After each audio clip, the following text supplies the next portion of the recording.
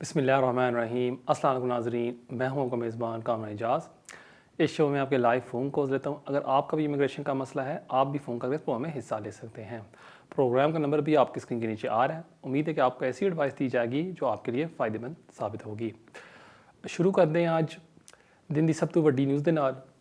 और ਜਿਹੜੇ ਸਾਡੇ किसान भैन भाई ने पंजाब ਵਿੱਚ ਉਹਨਾਂ ਨੂੰ ਅਸੀਂ ਮੁਬਾਰਕਬਾਦ ਅੱਜ ਕਹਿੰਦੇ ਹਾਂ ਕਿ ਮੋਦੀ ਸਾਹਿਬ ਨੇ ਅੱਜ ਆਪਣਾ ਫੈਸਲਾ ਬਦਲਿਆ कि ਜਿਹੜੇ लॉज लेके आना चाहते सन उन्होंने हूँ कहता है कि वो नहीं लैके आवेंगे। सो ਜਿਹੜੇ भैन भाई पंजाब ਵਿੱਚ लड़ रहे सन अपने हक वास्ते उन्होंने सारिਆਂ ਨੂੰ मेरी तरफों मुबारकबाद और बहुत बहुत बधाइयाँ। नाज़रीन, कोर्स की तरफ जाने से पहले आपको थोड़ी सी अपडेट देते जाएँ और इस वीक हम शुरू करते हैं एमनेस्टी के साथ। और अनफॉर्चुनेटली इतनी गुड न्यूज़ नहीं है एमनेस्टी के हवाले से। जैसे हमने लास्ट वीक देखा कि अटैक्स हुए हैं लिवरपूल में, एक टेररिस्ट अटैक, जहां एक अफराद ने कोशिश की है एक्सप्लोजन करने की हॉस्पिटल में, लेकिन वो कामयाब नहीं हो सका टैक्सी ड्राइवर की वजह से। इस वीक प्रीति पटेल ने इंटरव्यू दिया है जहां उसने ये कहा है कि ये जो सारी प्रॉब्लम है इस जड़ की प्रॉब्लम वो है माइग्रेंट्स और जो हमारा इमिग्रेशन सिस्टम, जहां एक असाइलम सीकर की जो एप्लीकेशन है जब वो रिफ्यूज़ होती है, बार बार लॉयर्स अपील्स दर्ज करते जाते हैं।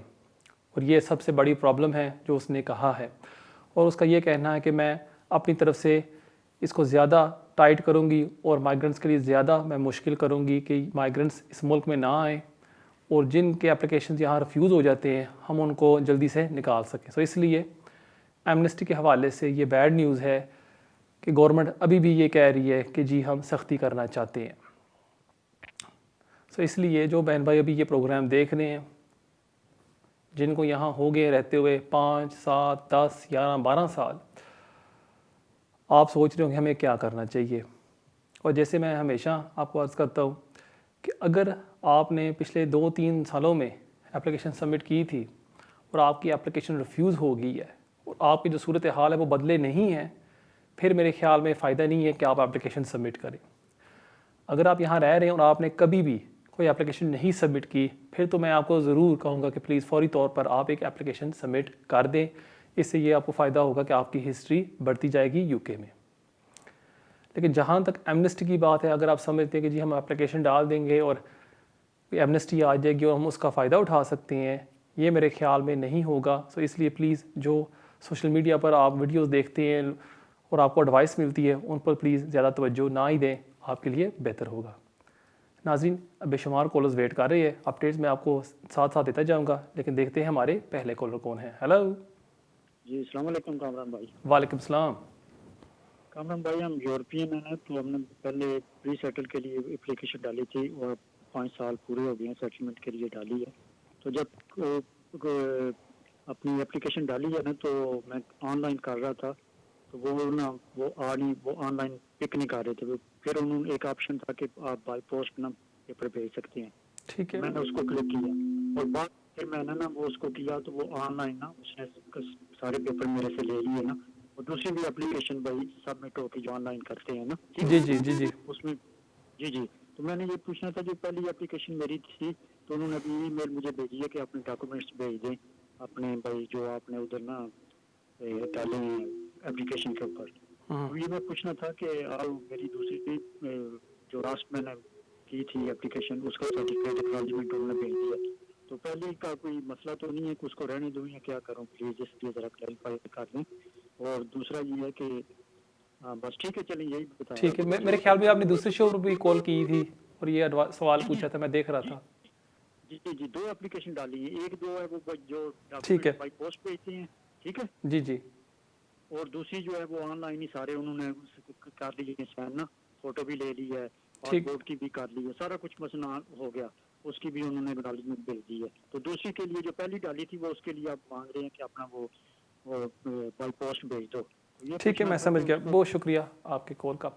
नाजरीन, इस सवाल का जवाब मैं दूंगा ब्रेक के बाद। जाने से पहले मैं आपको अपना ईमेल एड्रेस देता जाऊँ जो अभी आपके स्क्रीन के ऊपर आ रहा होगा, keijaz@me.com। इसके ज़रिए आप मुझे कांटेक्ट कर सकते हैं और अगर आप मुझे मिलना चाहते हैं आप मुझे मिल भी सकते हैं। कहीं नहीं जाना, मिलते हैं ब्रेक के बाद। Welcome back to immigration with Kamran. Break से पहले एक भाई ने सवाल पूछा है, जहाँ वो बता रहे थे कि उन्होंने एप्लीकेशन सबमिट की EU सेटलमेंट स्कीम के ऊपर, और उसके बाद मेरे ख्याल में गलती के साथ उन्होंने एक और से एप्लीकेशन भी सबमिट कर दी EU सेटलमेंट स्कीम के ऊपर। अब पहले एप्लीकेशन में उन्होंने आइडेंटिटी डॉक्यूमेंट पोस्ट कर दी हुई है, डॉक्यूमेंट्स भी अपलोड कर दिए हुए हैं, और मेरे ख्याल में दूसरे एप्लीकेशन में भी उन्होंने डॉक्यूमेंट्स अपलोड कर दिए हुए हैं। अब होम ऑफिस उनसे मांग रही है आइडेंटिटी डॉक्यूमेंट। अब इस सूरत हाल में उनको क्या करना चाहिए? Very simple. अगर पहले एप्लीकेशन में आपने सब कुछ फुलफ़िल कर दिया, सारा क्राइटेरिया, आपने अपनी आइडेंटिटी डॉक्यूमेंट पोस्ट कर दी हुई है, वो उन्होंने वेरीफाई करके आपको वापस पोस्ट कर दी है, आपने डॉक्यूमेंट्स भी अपलोड कर दिए हुए हैं, वेरी सिंपल, आप EU सेटलमेंट स्कीम हॉटलाइन पर कॉल करें, उनको अपना एप्लीकेशन रेफरेंस नंबर दें दोनों एप्लीकेशंस का, और उनको कह दें कि प्लीज़ जो दूसरा एप्लीकेशन है मैं उसको विड्रॉ करना चाहता हूँ। आप ख़ुद भी बल्कि कर सकते हैं, जब आप लॉगिन करें EU सेटलमेंट स्कीम के ऊपर, जो आपका एप्लीकेशन लॉगिन होता है, वहाँ आपके सारे एप्लीकेशंस आ जाते हैं, और वहाँ आपको एक बटन मिलता है जहाँ आप उसको विड्रॉ भी कर सकते हैं। लेकिन दूसरे एप्लीकेशन को विड्रॉ करने से पहले आप कॉल कर लें, उनको एक्सप्लेन कर दें, और जैसे ही वो आपको कन्फर्मेशन दे दें कि जी आप ये एप्लीकेशन विड्रॉ कर लें, फिर आप वो कदम उठा लें। बहुत शुक्रिया आपकी कॉल का। नाज़रीन, देखते हैं हमारे अगले कॉलर कौन है। हेलो। हेलो जी, अस्सलाम वालेकुम। वालेकुम सलाम। अच्छा जी, मेरा सवाल ये है कि हमारा 7 ईयर बेस पे हुआ था, तो हमारी पहली एक्सटेंशन जो है ना वो हमने भेजी हुई है, हमारा फी वेवर अप्रूव हुआ था, तो हमने 10 अक्टूबर को भेजा है। ठीक है, ठीक तो है। मैंने पूछना था कि उसमें टाइम कितना लग रहा है एक्सटेंशन में। और दूसरा सवाल ये है कि हमारे जो है ना वो फी वेवर मैंने कहा कि वो अप्रूव हुआ है, तो हम ना पब्लिक फंड ले रहे थे पहले। जी जी। तो अगर जब हमारे कार्ड बन के आ जाएंगे तो बंदा अगर पाकिस्तान में जब जाता है बैक होम, तो एक्सटेंशन जब नेक्स्ट आएगी तो उसमें वो पूछते हैं फॉर्म में कि भाई आप मुल्क से गए थे, बाहर उधर से गए थे, तो कितनी देर के लिए गए थे और क्यों गए थे। तो उसमें वो प्रॉब्लम तो नहीं होती कि वो पूछे कि ये बंदे पब्लिक फंड ले रहे हैं और पाकिस्तान में या मुल्क से बाहर कहीं और गए हैं, तो वो ये कैसे अफोर्ड किया है। ये मैंने पूछा था, ये मेरे दोस्त का। नहीं, अभी आपकी नवाज शरीफ की तरह जायदाद तो नहीं ना पड़ी हुई पाकिस्तान में, करोड़ रुपए बैंक अकाउंट में पड़े हुए हैं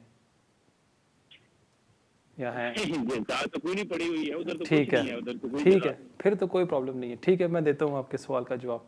बहुत शुक्रिया आपके कॉल का। जहाँ तक आपका पहला सवाल है कि आपने फीवर के लिए अप्लाई किया, वो सक्सेसफुल हो गया वो एप्लीकेशन, अब आपने एक्सटेंशन की एप्लीकेशन सबमिट की है मेरे ख्याल में 10 अक्टूबर को, और अब आप पूछ रहे हैं कि कितना टाइम लगता है वीज़ा आने में। यूजुअली होम ऑफिस की जो पॉलिसी है वो है 6 मंथ्स, और आजकल मैं यही देख रहा हूँ कि पूरे 6 मंथ्स लग रहे हैं। चंद एप्लीकेशंस में 8 माह भी लग रहे हैं, लेकिन क्योंकि अब थोड़ी सी नॉर्मेलिटी वापस आ गई है यूके में, मैं ये देख रहा हूँ कि 6 मंथ्स के अंदर एप्लीकेशंस डिसाइड हो रहे हैं। कोई एप्लीकेशन पहले भी डिसाइड हो रहे हैं, लेकिन 90% ऑफ एक्सटेंशन एप्लीकेशंस मैं ये देख रहा हूँ कि विदिन 6 मंथ्स वो डिसाइड हो रहे हैं। अभी मेरे एक क्लाइंट थे, उनकी एप्लीकेशन पेंडिंग थी, और इस वीक उनका वीज़ा आ गया है। 6 मंथ्स और मेरे ख्याल में 2 वीक्स लगे हैं वो एप्लीकेशन डिसाइड होने में। इसलिए आप अपने जहन में 6 मंथ्स रख लें। अब जहाँ तक आपका ये दूसरा सवाल है कि जब आप दोबारा एक्सटेंशन के लिए अप्लाई करेंगे, होम ऑफिस आपको रिकॉस्ट टू पब्लिक फंड्स देगी या नहीं, और क्योंकि आप ट्रैवल कर रहे हैं, पाकिस्तान आते जाते रहे हैं, आपको ये फ़िक्र है कि होम ऑफिस ये ना कहे कि जी अगर आपके पास पैसे हैं पाकिस्तान ट्रैवलिंग करने के लिए, आपको बेनिफिट्स की ज़रूरत नहीं। जो आज की सूरत हाल में होम ऑफिस देखती है आपके फाइनेंशियल सर्कमस्टांसेस, और वो है अफोर्डेबिलिटी के ऊपर कि आप अपने अखराजात पूरे कर सकते हैं या नहीं। पहले क्या होता था, कोरोना से पहले जब आप एप्लीकेशन सबमिट करते थे फॉर रिकॉस्ट टू पब्लिक फंड्स, जो क्राइटेरिया था वो कुछ और था, वो था डेस्टिट्यूशन का, और वो काफ़ी एक सख्त और हाई क्राइटेरिया था, जहां आपको साबित करना था कि आपके पास रिहाइश नहीं है और आप अपने जो अखराजात हैं हर दिन के वो पूरे नहीं कर सकते, और वो बहुत ही मुश्किल था, समझने नामुमकिन, जहाँ होम ऑफिस किसी को बेनिफिट्स नहीं देती थी। लेकिन पिछले साल जब कोर्ट की जजमेंट आई, कोर्ट्स ने ये कहा कि ये अफोर्डेबिलिटी पर होना चाहिए ये फ़ैसला, कि अगर एक बंदा अपने अखराजात या अपने एसेंशियल लिविंग नीड्स पूरे नहीं कर सकता या अफोर्ड नहीं कर सकता होम ऑफिस एप्लीकेशन, फिर आपको उसे देना चाहिए बेनिफिट्स। अब जब आप अप्लाई करेंगे एक्सटेंशन के लिए, उस time with in the last 6 month, last year, वो देखेंगे कि आपकी जो इनकम आमदनी कितनी थी और आपके अखराजात कितने थे। और अगर आपकी आमदनी ज़्यादा थी फिर आपको रिक्वेस्ट टू पब्लिक फंड्स नहीं देंगे। जो आपने ट्रैवल किया, आते जाते रहे हैं, उसमें वो ज़्यादा तवज्जो नहीं देंगे। लेकिन अगर आपने फ़र्ज़ करें 1 साल में 5 या 6 चक्कर लगाए हैं पाकिस्तान को, या विद इन 2.5 ईयर पीरियड आप 5-6 दफ़ा गए हैं, फिर तो वो कह सकते हैं कि जी आप आते जाते रहे हैं, ये पैसे आपने कहाँ से लिए, आपने ट्रैवल एयर टिकट बुक की, ये पैसे आपने कहाँ से लिए, हम नहीं समझते आप हकदार हैं बेनिफिट्स के लिए। तो इसलिए जब आप एक्सटेंशन के लिए अप्लाई करेंगे, मेरी आपसे यही एडवाइस होगी, जो पिछला साल होगा उस पर ज़्यादा तवज्जो दें कि मेक श्योर करिएगा कि आपके जो आमदनी है वो इतनी ज़्यादा नहीं है कि वो आपके एप्लीकेशन को रिफ्यूज़ कर सके for request to public funds. बहुत शुक्रिया आपके कॉल का। नाज़रीन, देखते हैं हमारे अगले कॉलर कौन है। Hello hello hello, yo live on है। हेलो कामरान साहब बोल रहे हैं? जी जी, कामरान साहब बोल रहे हैं जी, फरमाइए। अच्छा, मेरा एक थोड़ा सा सवाल था कि आपसे बात करूं। मैं यहाँ इंडिपेंडेंट होल्डर हूँ 2010 के बाद। ठीक है जी जी।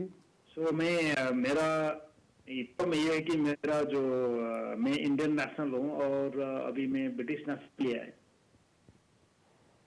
मेरी वाइफ, मतलब मेरा मैरिज हुई है 2010 में। मेरा वाइफ है नेपाल से। उनको मैं अभी, क्योंकि मेरा इतना इनकम नहीं है कि उनको मैं बुला सकूँ, अभी थोड़ा सा स्लोली मेरी इनकम बढ़ रही है अभी। ठीक है, अभी आपकी एज कितनी है भाईजान?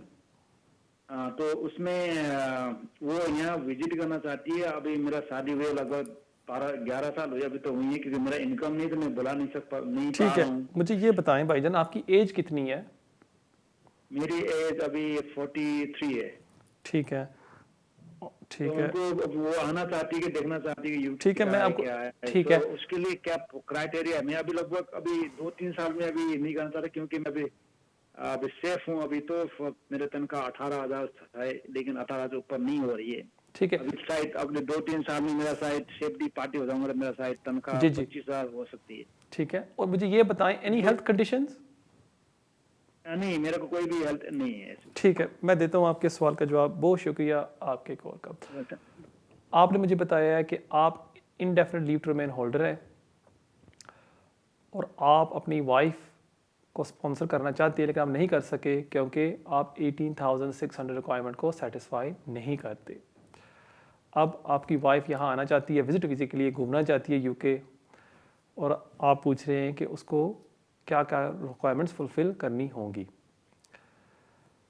अब देखें, जहाँ तक विज़िट वीज़े का एप्लीकेशन होता है, एज अ स्पॉन्सर जो आप हैं, आपने सेटिस्फाई करना होगा एंटी क्लेम्स ऑफिसर को कि आप अपनी वाइफ के अखराजात उठा सकते हैं और आपके अकाउंट में पैसे होने चाहिए। वो तो हर शख्स के पास 1-2,000 पाउंड तो होता है, सो वो प्रॉब्लम नहीं होती। और दूसरा, आपने दिखाना है कि आपके पास रिहाइश है जहाँ आपकी वाइफ रह सकती है, सो वो भी बड़े आराम के साथ हो गया। प्रॉब्लम्स आती हैं जब एप्लीकेंट की तरफ से उन्होंने सेटिस्फाई करना होता है कि जी हम अप्लाई कर रहे हैं इंडिया से, हमारा जो मकसद है वो एक ही है कि हम यहाँ आएंगे विज़िट के लिए और हम वापस जाएंगे टू आवर होम कंट्री। और ये मेन चीज़ होती है, आपने साबित करना है कि अगर आपको वीज़ा दिया जाता है आप वापस जाएंगे at the end of your visit. उसके लिए आपने ये साबित करना होगा कि अगर आपके पास कोई घर है इंडिया, नेपाल या पाकिस्तान में, बांग्लादेश में, वो आप लगा सकते हैं प्रूफ। अगर आपके पास सेविंग्स हैं वो आप लगा सकते हैं। अगर आपके पास कोई ज़मीन है जिसकी कीमत बहुत बड़ी है, वो भी आप प्रूफ लगा सकते हैं। देखें जी, मेरे पास इतने बड़े पैसे हैं और ये मेरी टाइज़ है मेरी होम कंट्री में, मैं यहाँ नहीं आऊँगा या मैं यहाँ नहीं आऊँगी यूके में रहने के लिए, मेरा जो मकसद है वो खाली है विज़िट करने का और मैं वापस चली जाऊँगी।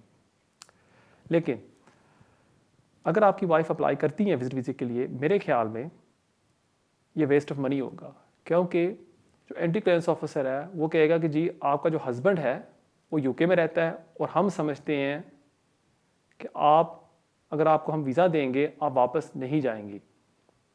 सो इसलिए मेरे ख्याल में विज़िट वीज़ा के लिए अप्लाई करना is a waste of time.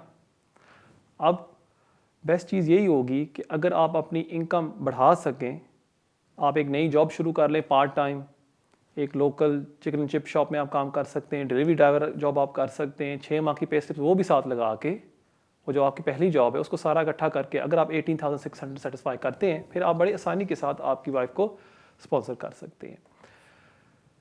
जो बहन भाई ये प्रोग्राम देख रहे हैं और 18,600 इनकम को सेटिस्फाई नहीं करते, अगर आपके पास कोई हेल्थ कंडीशन भी है, उस सूरत हाल में भी आप अपनी वाइफ को बुला सकते हैं अगर आप 18,600 इनकम को सेटिस्फाई नहीं करते, क्योंकि एंटी क्लियरेंस ऑफिसर के पास एक डिस्क्रेशन भी होती है, जहां अगर कोई एप्लीकेंट रूल्स को सेटिस्फाई नहीं करता under article 8 under human rights, वो वीज़ा दे सकते हैं। सो इसलिए मेरी एडवाइस आपसे ये होगी, विजिट वीज़े के लिए ना अप्लाई करें, एक सॉलिसिटर को एक दफ़ा मिल रहे हैं, उसके साथ बैठ के एक स्ट्रेटजी बना लें कि आपके लिए कौन सी बेस्ट ऑप्शन होगी कि आप अपनी वाइफ को बुला सकें यूके में। बहुत शुक्रिया आपके कॉल का। नाज़रीन, देखते हैं हमारे अगले कॉलर कौन है। Hello hello hello, you live on है। हेलो एक्चुअली मेरे पास पीआर है 1990 से। जी जी, मैंने नेशनैलिटी अप्लाई करने के लिए रिक्वायरमेंट क्या है? सिस्टर आपकी एज कितनी है? मेरी 55 प्लस है। 55 प्लस। मेरी मैरिज जो ब्रिटिश से हुई थी, तो जी, मेरे जी। पास 3 बच्चे हैं यहाँ बोर्न एंड ब्रॉट अप। ठीक है, तो मैं किसी कारण पीआर तो मिल गई थी, पर मैंने नेशनैलिटी अप्लाई नहीं ठीक की है। थी। तो उसके लिए रिक्वायरमेंट चाहती हूँ क्या? बहुत जल्दी आप अप्लाई कर रही हैं 31 साल बाद। Yeah. ठीक है, मैं देता हूँ आपके सवाल का जवाब। बहुत शुक्रिया आपके कॉल का। अगर आप नेशनलिटी के लिए अप्लाई करना चाहती हैं, जो मेन चीज़ है आपने पास करना होगा B1 test, listening and speaking, और life in the UK test. So the 2 test, B1 and life in the UK. उसके साथ साथ आपने जो रेजिडेंसी रिक्वायरमेंट है वो भी आपने सेटिस्फाई करनी होगी कि पिछले 5 सालों में आपने यूके से बाहर 450 डेज़ नहीं गुजारे, इन द लास्ट 12 मंथ्स आपने 90 डेज से ज़्यादा यूके से बाहर नहीं गुजारे।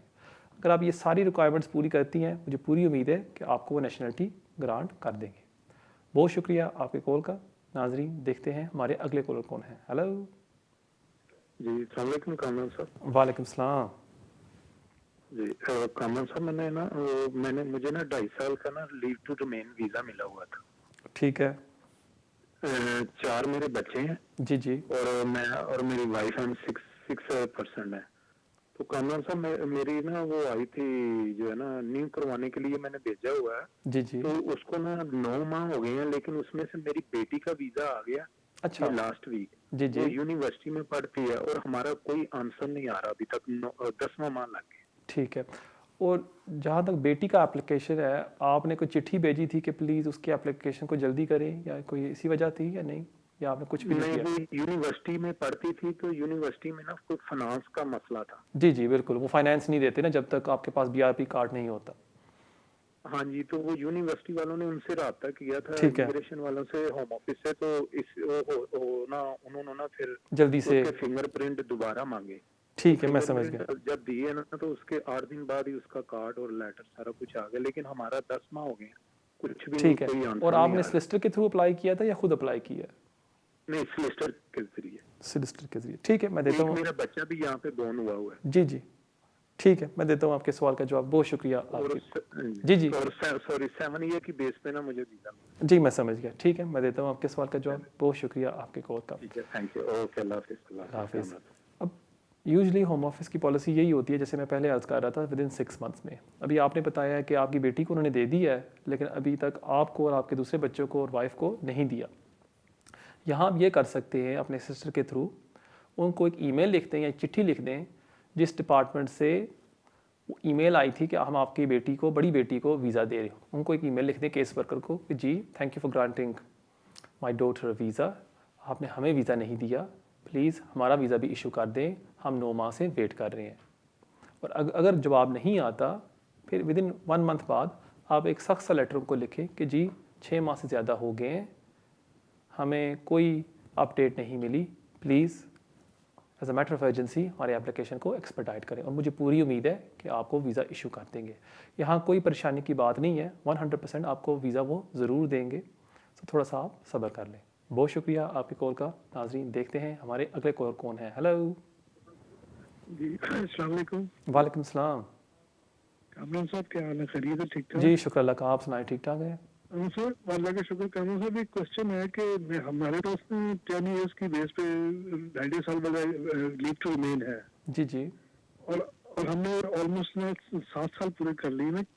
कोई ऐसी प्रोविजन है ऐसी कि जो जिन्होंने जिन बच्चों ने यहाँ पर अपनी एज की जो है 50% यहाँ पर टाइम गुजारा है, वो एलिजिबल हैं फॉर इंडेफिनेट के लिए? 10 साल से पहले हम अप्लाई कर सकते हैं उसको? ठीक है। और जो आपके जो बच्चे हैं जिसके लिए आप अप्लाई करना चाहते हैं, उनकी एज कितनी है? उनके सारों की एज जो है ना 20 21 20 18 एम कैसे है 18 19 20 21। 18, वाह माशाल्लाह, 18 19 20 21, इसका मतलब आपने क्वाड्रुपल किया है लगातार, वन आफ्टर द अदर। ठीक है, मैं देता हूँ आपके सवाल का जवाब। बहुत शुक्रिया आपके कॉल का। नाज़रीन इस क्वेश्चन का जवाब मैं दूंगा ब्रेक के बाद। जाने से पहले मैं आपको अपना ईमेल एड्रेस दे जाऊँ जो अभी आपके स्क्रीन के ऊपर आ रहा होगा, keijaz@me.com। इसके ज़रिए आप मुझे कांटेक्ट कर सकते हैं और अगर आप मुझे मिलना चाहते हैं मेरे ऑफिस में, आप मुझे मिल भी सकते हैं। और हमेशा की तरह मैं आप सबसे रिक्वेस्ट करता हूँ, अगर आप अभी कॉल करने की कोशिश कर रहे हैं और आपकी टर्न नहीं आई, आप यूट्यूब पर जाएँ और वहाँ टाइप का एक कामरान इजाज़, वहाँ आपको मेरी तस्वीर नज़र आ जाएगी। मेरे चैनल को सब्सक्राइब करें और आज रात को ये वीडियो हम अपलोड करेंगे यूट्यूब के ऊपर। वहाँ कमेंट्स में आप मुझे कोई भी सवाल पूछ सकते हैं और मैं अपनी तरफ से पूरी कोशिश करूँगा आपके सवालों के जवाब दूँ। नाजरीन मिलते हैं ब्रेक के बाद। नाजरीन welcome back to immigration with Kamran. देखते हैं हमारे अगले कॉलर कौन है। हेलो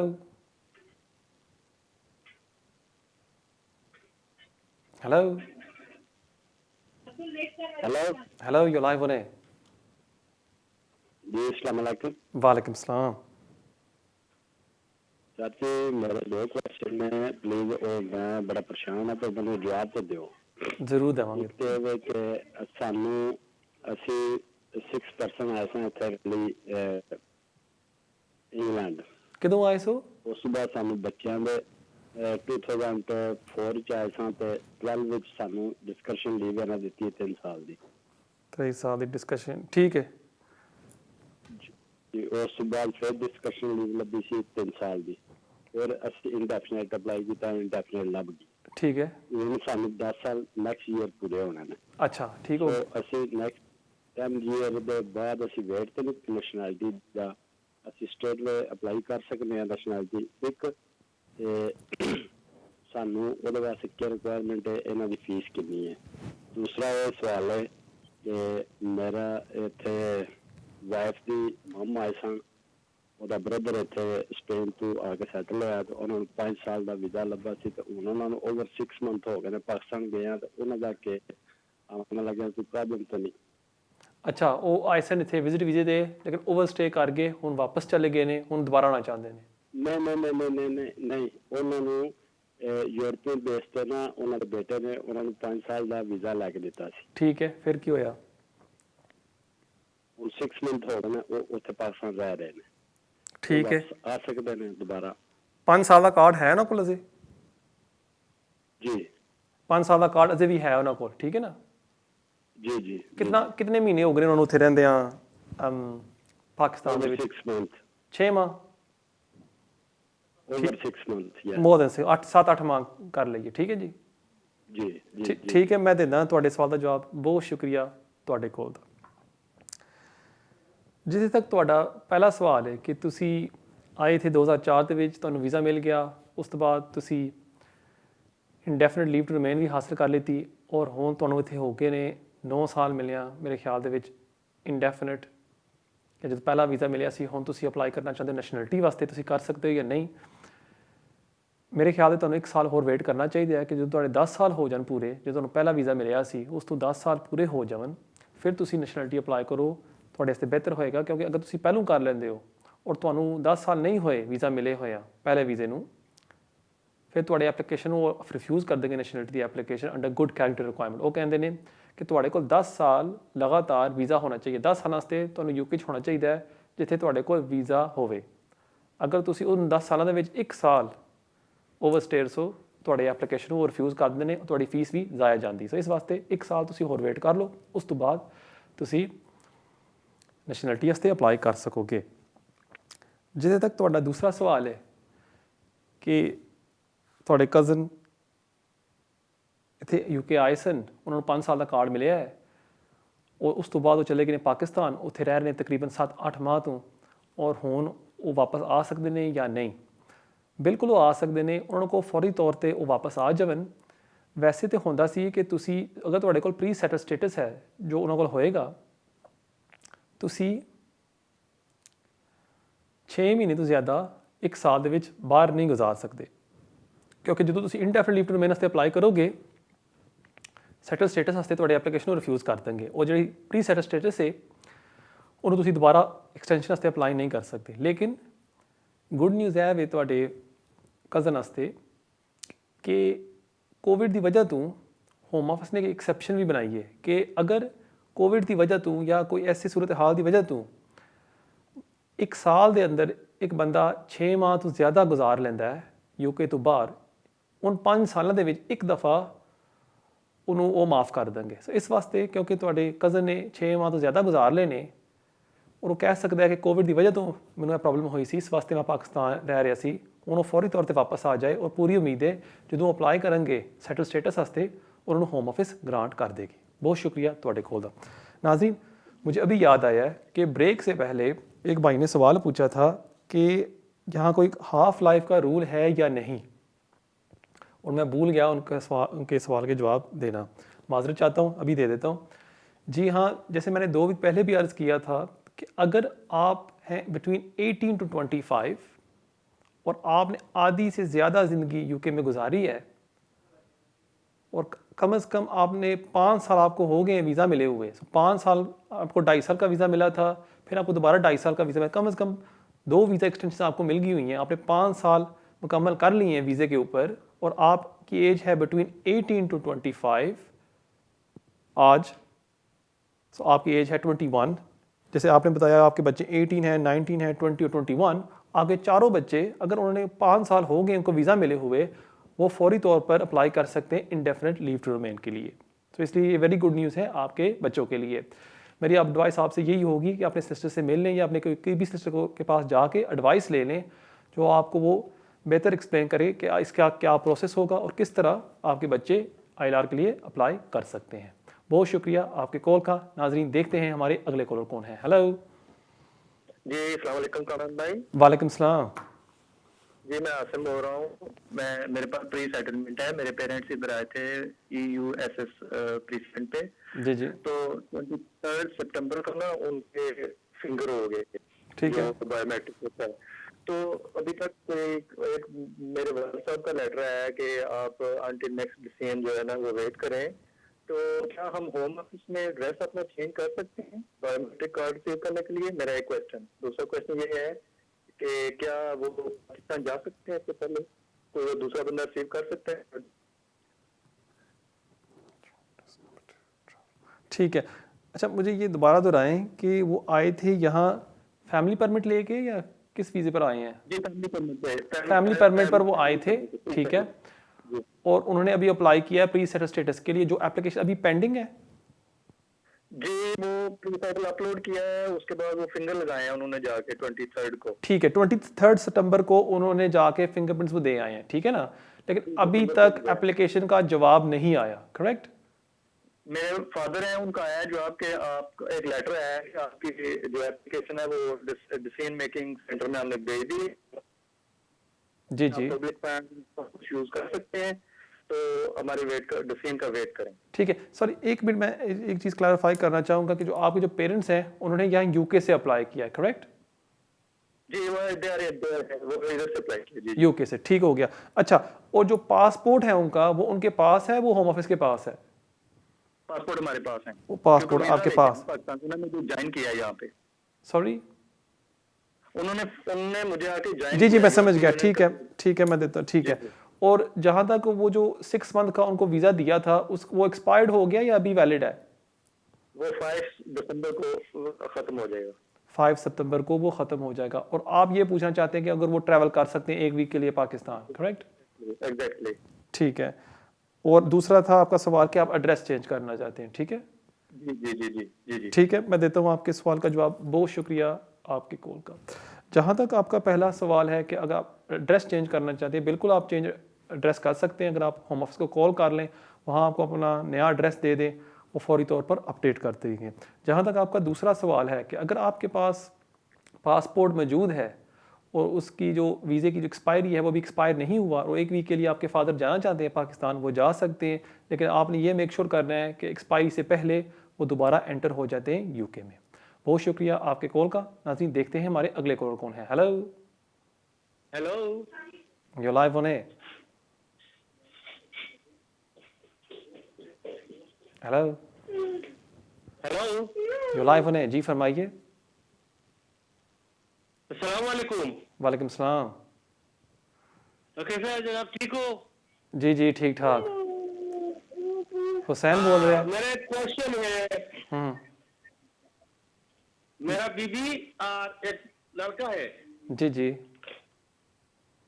उसका बीच का टाइम खत्म हो रहा है दिसंबर, फरवरी, जनवरी में, ठीक है। तो मैं फ्री वाई में एक्सटेंशन कर सकता हूँ, लेकिन मेरा पास काम नहीं है ना। हाँ जी। ये मेरा सवाल है। किसका वीज़ा एक्सपायर हो रहा है? बेबी का? बेबी और मेरा वाइफ का। इसलिए बेबी रो रहा है ना, उसका वीज़ा एक्सपायर हो रहा है, ठीक है। और अभी आप क्या पूछना चाहते हैं? पूछना चाहता हूँ जो फ्री वाई है ना, उसमें फ्री में कर सकता है ना? फ्री में। आप काम कर रहे हो? काम नहीं, मेरा पार्ट टाइम जॉब है। पार्ट टाइम जॉब है, ठीक है। मैं देता हूँ आपके सवाल का जवाब। बहुत शुक्रिया आपके कॉल का। जी हाँ, अगर आप काम कर रहे हैं और लेकिन आप एप्लीकेशन फ़ीस अफोर्ड नहीं कर सकते, आप फीवर के लिए अप्लाई कर सकते हैं और आपको वो होम ऑफिस फ़ीस माफ़ कर देंगे। मेन चीज़ आपने ये दिखानी होगी 6 month bank statements of all your accounts, और अगर आप साबित कर सकते हैं आपकी जो आमदनी है वो आप अफोर्ड नहीं कर सकते, फिर होम ऑफिस आपको एप्लीकेशन फ़ीस माफ़ कर देगी। बहुत शुक्रिया आपके कॉल का। नाज़रीन, देखते हैं हमारे अगले कॉल कौन है। हेलो हेलो, अस्सलाम वालेकुम। वालेकुम सलाम। जी कमल साहब, मैं 2005 में आया था, ठीक है, एज ए स्टूडेंट। तो उस वक्त आगे थोड़ी स्टडी एक्सटेंड करवा के मैंने 2010 में डिग्री मुकम्मल करके PSW में लिया था 2 साल का। ठीक है। तो उसके बाद जब वीज़ा मैच्योर हुआ तो 2012 में, दिसंबर 2012 में मैं और एक दूसरा मेरा जो बिजनेस पार्टनर, हमने Tier 1 एज ए एंटरप्रेन्योर वो एप्लीकेशन डाली थी, जो 50,000 फंड होने चाहिए बिजनेस के लिए। और ये तो उसके वो काफी टाइम लग गया उस एप्लीकेशन को, और उसकी इन्वेस्टिगेशन हुई, और उन्होंने कोई जो मेरा बिजनेस पार्टनर है उसको उठा के भी लेके, मतलब वो उसको थोड़ा प्रेशराइज करके पूछा, उसने कुछ कहा, कोई फिशी थिंग है या नहीं, उसको कॉशन दे दिया कि आप मतलब छोड़ दो इतने विदिन 60 डेज और ये वो। और मुझे खास उन्होंने बुलाया उधर पुलिस स्टेशन 1 वीक के बाद। आप बताया ये है कि आपने कुछ ऐसे डॉक्यूमेंट गए हैं, मैंने तो डिनाई किया सारा, और फिर हमारा केस चला, यानी इसमें क्राउन कोर्ट में, और सारा आगे ज्यूरी ने भी सुना। लेकिन इन शॉर्ट के हम क्विट हो गए उधर से, यानी मैं क्विट हो गया। ओके। तो मेरे बिजनेस जो पार्टनर था उसका तो सेपरेट ही रहा, यानी कि वो उसको तो उन्होंने कहा कि आप मुल्क ही छोड़ दो, ठीक है। उसने थोड़ा उसने फ्री कर लिया था। तो फिर मैंने ILR की एप्लीकेशन डाली, इवन क्विटेड लेटर भी लगाया, लेकिन उन्होंने रिफ्यूज कर दी कि आपका करैक्टर वो उसमें आ गया।